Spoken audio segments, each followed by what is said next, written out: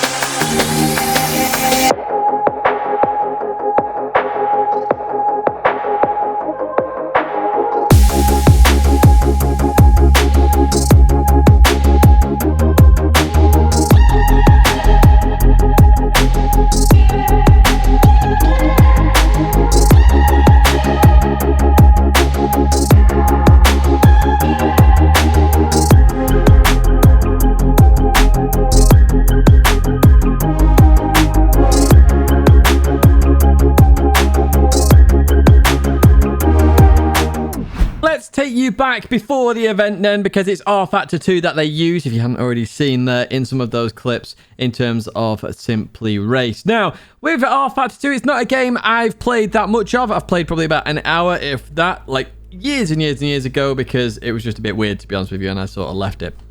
So I jumped back into Rfactor 2, I downloaded it, and I went into the game. Nothing really sets itself up, really. It took me an absolute age to get anything working. So, yeah, good job, Rfactor 2. Not my favourite sim of all to use at all, because, yeah, and even after I'd set it up, I'd done some testing, which we'll get into in a second. It turned out the next day I came back to it, and my steering wasn't quite right. It was on 1,000 and... like, way over 1,080 in terms of rotation. It's really fun. I was like, oh, okay, that explains other issues I was having while testing the car. So yeah, it's not the greatest sim in the world to get straight into. You know me, I like plug and play, and off I go. And that's what I did with the VBox sim software, of course, when I showed you in that other video. And I'm going to go, basically, that's what I did in terms of learning how to play Rfactor 2, what I did in that video. So do check out that video that I've put on the channel. Right. Let's jump straight to Clio Cups, because we got told the 3 races we've been doing, and the first one is the Clio Cup at Donnington National. Well, here we are in a Clio Cup car as we get to the end of the pit lane. I did learn the hard way that you have to wait for that red light to go to a green light before you can head out there, even in a practice session. Very bizarre. Anyway, so yeah, I'm in a Clio Cup car here, and this is the one that comes with, by default, should I say, with Rfactor 2. Now, I was a bit skeptical that this was the car we were going to use at Simply Race, but you know, it is what it is. I just thought I'd jump in it and give it a go and try and get as good as I could. This is the very first few laps I'm going to do in this car. Oh, I'm going to show you actually just one of those laps actually as we go through here. You notice it gets very oversteered very quickly. Coming into here, the rear likes to go around there as we look to try and catch it. In a front wheel drive car, to catch a slide, you put your foot to the floor and turn into it, as in you turn into the corner, not the slide, because if you turn into the slide, it's going to grip and send you in that direction. So I have driven a Clio Cup car in real life, which was great, by the way. That was at Palmer Sport. Absolutely fantastic experience. And I did lose the rear a couple of times there. And as I say, you keep turning in the direction you want to go, foot to the floor, the car will eventually grip as we go up the top of Donnington National here. So Donnington National does include the little hairpin at the end and the chicane going left. We just do the chicane going right. And I'm going to talk to you as well about the race that happened. I don't have any footage, or not a lot of footage, of the races that happened. I was really hoping that we'd be sent that, but unfortunately we don't have it. So I'm going to have to tell you what happened during this race. And you see track limits here. Track limits is a key factor, actually, and it's very, very, very annoying on that chicane. It really, really, really was. So what I'm going to do is I'm going to actually advance towards an actual fast lap where I'm actually on bumper cam. Yes, all you sim lovers who hate bonnet cam, bumper cam, in your face, I'm using it right now. But in reality, though, don't complain at people who use different cameras to you, okay? Let people use the camera they want to use. It doesn't matter. Being in the cockpit doesn't make it more realistic. It might increase immersion, which, if you're after that, happy days. But I'm after going as fast as possible, and I was going faster on this camera because I'm used to this camera because of my Gran Turismo stuff. So anyway, we're in the Clio Cups at Donnington National, and I was right to be skeptical because we were using the brand new Clios. Now, they explained the start procedure for the race, and I misunderstood it because I heard that there would be a countdown and then you go. No, what I should have heard was there's a countdown, then the lights will come on, they will go green, and then you go. So when that countdown hit 0, I literally changed gear and off I went, and instantly got a penalty drive-through for jumping to start. But I stopped again immediately on the grid the second I saw that. So immediate reactions to stop. Now, I was a bit frustrated here because they didn't take away that drive-through penalty. Now, to me, if somebody then stops, I would take it away. It's obviously been a misunderstanding at the event, but they didn't. And I was like, oh, come on, you having a laugh? I did carry on racing as much as I could there in the form of the start of the race, but I was expecting it to be taken away. As we're in the 118s now, which was quite good, I would say, in the grand scheme of it. That was definitely up there with one of my fastest laps. I think I could get down to a 118.6 in terms of this car, but obviously it's a different car to the race. So yeah, we eventually started the race. I'd stopped immediately, and if they didn't take away that drive-through, I'd have just carried on and went for it, and then taken the drive-through, and then it is what it is. However, I stopped, waited, and still had to take it. So at the end of the first lap, very close racing all the way up there. There's a crash at turn 1, and literally we got to the chicane at the very end, and there was a big crash. We were nearly 3 wide. I got a slight tap on the rear. These are very unstable cars, as you saw on the brake. They are in the newer versions as well. You go on the brakes. The rear gets very light because all the weight's over the front. Slight tap on the rear. Sent me into Miguel. So Miguel was there, who won GT Academy 2013. Of course, I know Miguel because I was also in that GT Academy as well. Yeah, it was good speaking to Miguel again. And shout out to you, Miguel. I know you're there. Well, if you are watching, I know you were there, and it was awesome fun to speak to you. And yeah, reminisce as well. And talk about the event, because that's what we did after each race. So yeah, I was involved in it with Miguel. Miguel was on my left. I was on the right. We were side by side, and the slight tap forced me into Miguel. Big crash. Anyway, I started overtaking cars, then I took my drive-through penalty, and then basically started to try and catch up to the back of the pack. I did get past a couple of drivers, and then, as we do now in this video behind, heading towards turn 1, I came into here, went on the brakes. As I turned towards the curb, the car just stopped. The brakes hampered on. I could not do anything else there. Now, the problem there was that the race leaders were coming around the circuit at that point, of course. So I put my hand up, sort of looking around for someone. They legged it straight over, unplugged the hardware, and then plugged it back in. And then we got going. That's where I was, and then they took a lap off. So it essentially looked like I was actually racing for a podium because I was racing with P3 at that moment. But I could keep up with P3 just. They were gaining like 1 or 2 tenths. Nothing major away from me. But I was starting to get used to the car then at the event. Now, one of the big things with the steering wheel at the event was it was so sensitive in these cars. Like, way too sensitive, in my opinion. Like, you would turn the wheel even like 10 degrees and the whole car would chuck 90 degrees. Felt very odd. And when talking to Miguel afterwards, he had the similar feeling. There was no real feel there. Very sensitive. It just didn't allow me to race as good as I wanted to. Even though I did pick up the pace, and I'm quite a quick learner in the grand scheme of it. Some of the competitors have been there, of course, but yeah, it is what it is. This practice I did in the old Clio Cup car did help, though. It really did help. And I do wish that I cut more in the race. So what you do in the race with track limits is you get points, essentially, and you can have a maximum of points before you get a drive-through. I really wish I was just yeeting the chicane, to be honest with you, because I only get 0.25, 0.5, and it wouldn't have lasted the length of the race, which I think was 20 minutes from memory. So in the end, I came home in, well, it was effectively P4, but I think they dropped me down to P13 in terms of the results. So, not too bad in the end of the day. But yeah, the track limits thing, I really wish I'd pushed the limits, knowing what I could do then in Rfactor 2. And the steering just felt awful. It really did feel awful. So I was dreading a little bit the next 2 races. Let's jump to the next race then, where we jump into a Corvette. And we did want to improve our performances from the race 1, that is for sure. So we go to a Corvette, a GT1 Corvette, in fact, at Watkins Glen. Now, this is pretty cool in Rfactor. You actually start in a garage going backwards out and then, well, nearly binning it into a fire engine. Don't do that. But yeah, this is kind of cool. I kind of like that little feature.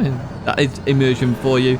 Yes, I'm in the cockpit camera at the moment, but I ain't staying there. Trust me on that one. Let's jump to some laps then, and I'll just explain this combo a little bit more. So both these things, the car and the track, they are modded or mods that you can add to Rfactor 2, I believe. I'm pretty sure I got both of these as mods, so I could try them out. Again, I wasn't fully sure whether they'd be used in terms of the Simply Race stuff. As you see me absolutely meet a barrier there. Now, that was because of the curbs, and again, it's a good learning thing for the actual race event that I learned there. That is, the curbs are quite dangerous in this car, and that is indeed what I did learn. Now, you're going to see some little clips now of the event. There are some clips of this race in particular. I can explain a bit more. Then we'll go back to the practice session, of course, just as I talk about the event. So let's jump to, first of all, the qualifying session, which went much better than race 1. Here we are then in P4 then. So we did go better than expected. I definitely could have got P2 there. I'm not sure about beating John. John had been before as well, but I did want to get my vengeance on John at some point after beating me at Valencia. Here is the start of the grid. So now you can see the start procedure. Now I understand it, and I'm up ahead there. This isn't me driving. Obviously, I'm the car ahead. You can tell that by the name. See a bit of contact there between P2 and P3 as we head towards turn 1. See, I'm on the inside there, taking it cautiously. Not to go into here. The P2 driver hit P3, and we are on the inside. We got slightly tapped there. Some people ran wide, and I'm down to P5. Now, you see Ryan up ahead there. Well, we're going to have an insane battle with Ryan at some point, and that is what we did. So we went down there, down to P5. We started a big old fight then back all the way up the grid. So we went up to P3, then had a big old battle for P2 with Ryan, and it was a big old battle. I want to say it was 4 or 5 laps. I definitely had the pace. I tried all the time at the chicane in different places, but we eventually got past Ryan in P2, and we belted it away as fast as I possibly could. Now, the steering in this car felt amazing at the event. Felt absolutely amazing. I was so pleased with how the feeling felt in that car that I could actually really push on in that car and really set a nice performance for myself. And it gave me a lot of confidence. Now, this car has a lot of downforce, or at least a lot of grip, it felt like.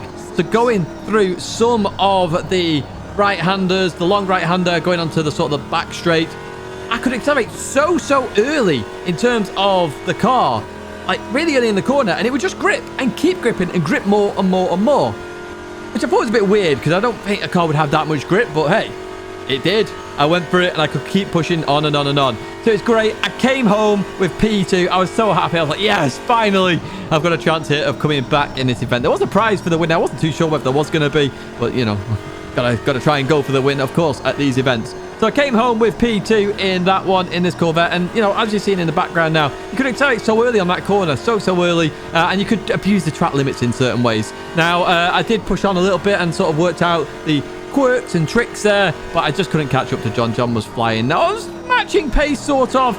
John pulled away a little bit at the end. But, you know, it was nice to be up there.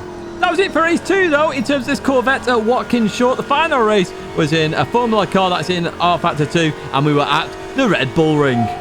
So here we are in a Formula, I think it's a Formula USF 2000 car at Red Bull Ring. Now, I actually took my Gran Turismo experience and applied it here in Rfactor 2. So what does that mean? Well, heading towards turn 1, we use all of the track. Now, this is actually quite realistic because I saw the other day DTM cars were doing the exact same thing here as we continue on out of there. And I was pushing on here, trying to judge where track limits are, etc. And I really figured you could use a lot of the track. Now, I'm actually in, what do you call this camera? Bonnet cam? Bonnet cam with an asterisk, maybe? I'm not too sure. But I do like this camera. Let's talk about cameras just for a second. At the event, I kind of figured it would be cockpit view, but I wanted to just get as fast as I could, so I used my own cameras where appropriate. And at the event, it is cockpit camera. 3 screens, of course, a low tail brake as well that I forgot to mention, actually. So it's a full-on low tail brake. I had to get used to that as well at the event, which is all very interesting indeed. So let's get back to the event then, where I qualified, I believe, in P7. I should have some footage in the background there for you. And P7, I could go quicker. I wasn't sure how much track abuse was happening there. Didn't really have time to do too many laps, I found, really. Trying to get the space there on circuit. It was very hard to find space, clean space here. So yeah, I got P7 in the end. Now we go towards the race then. I don't have footage of the start of the race. I do have a little bit of footage from an incident during the race, that is. But yeah, going in towards turn 1, there was a crash in front of me. And essentially, I avoided it. Someone absolutely sent it at turn 1, and I got on the inside, carried it on. But as they went through the crash, they then pit maneuvered me, which then sent me round left, which then made me hit somebody else who was on the far outside, end up near the back of the grid. Not the greatest thing in the world, that's for sure. But you know me, I never give up. So I span it round, and I knew I could be quick in this car. I really did. I knew I had the confidence. I knew how to drive Rfactor 2 a lot better now I was at the event. I went for it. And I started battling. I started overtaking people left, right, and center, properly pushing on. Some people were pushing people off a little bit there. Some people were sweating it. Some people weren't. But I was just going for it. I was just like, I'm going for this. I'm going for it. Go for it. Ended up overtaking somebody round the outside of the double left-hander at Red Bull Ring. I was like, yes, here we go. Getting closer and closer and closer. And I believe it was for P6, the next place I was going to go for. Ended up on the inside of them. But as we went into the penultimate corner, they tagged my left rear quarter and sent me off to the realms. Very frustrated. I came back on the circuit. You have footage in the background of me coming back on the circuit. And then I had to start chasing down once again. So So I did that. I started chasing them down. Bam, bam, bam. Overtaking people left, right, and center. Got to a similar... I don't know if it's the same person or not. Did the same overtake round the outside again. Properly pushing on. Ended up on the final lap fighting Rob Fowler, who I also raced at Palmer Sport as well. We had a good little last lap battle. Clean and fair. Rob had been taken out a couple of times in the event.